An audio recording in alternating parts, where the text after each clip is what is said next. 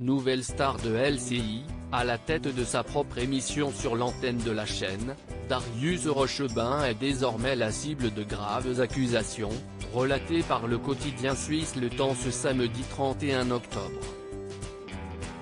Une enquête qui lève le voile sur des comportements problématiques du journaliste à l'époque où il était encore présentateur pour la radio-télévision suisse, RTS.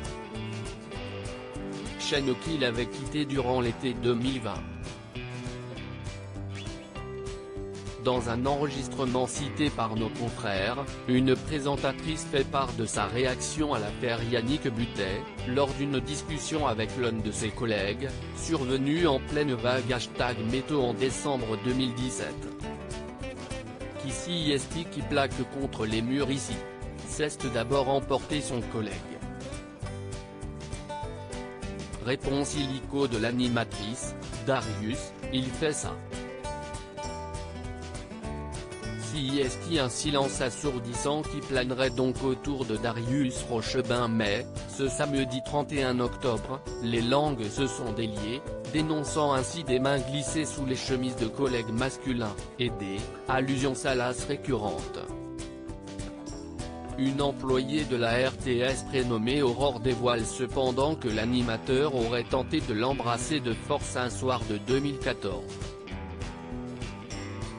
J'ai croisé Darius Rochebin qui sortait de l'ascenseur. On a fait quelques pas ensemble dans un couloir vide en discutant du boulot. Subitement, il a pris mon visage dans ses mains et a essayé de m'embrasser, s'est-elle rappelée. Si elle dit avoir pu le repousser, une autre employée du nom de Clémence n'aurait pas eu l'opportunité.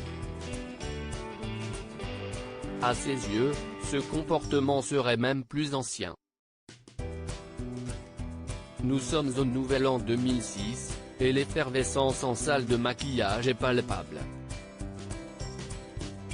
Il s'est rapproché de moi, je l'ai pris par l'épaule pour lui faire la bise, il a saisi ma main libre et l'a fermement posée sur ses parties génitales. Des messages déplacés sur la toile et d'après Le Temps, Darius Rochebin aurait également utilisé son influence pour attirer d'aspirants journalistes sur la toile. Tel aurait notamment été le cas d'Antoine, d'Alexandre ou encore de Hugo qui, eux, se sont remémorés des messages à caractère sexuel, entre autres propos déplacés. Mais, tout comme au sein de la RTS, l'omerta est tenace, malgré les signalements effectués auprès de la direction de la chaîne. Des signalements désormais reconnus.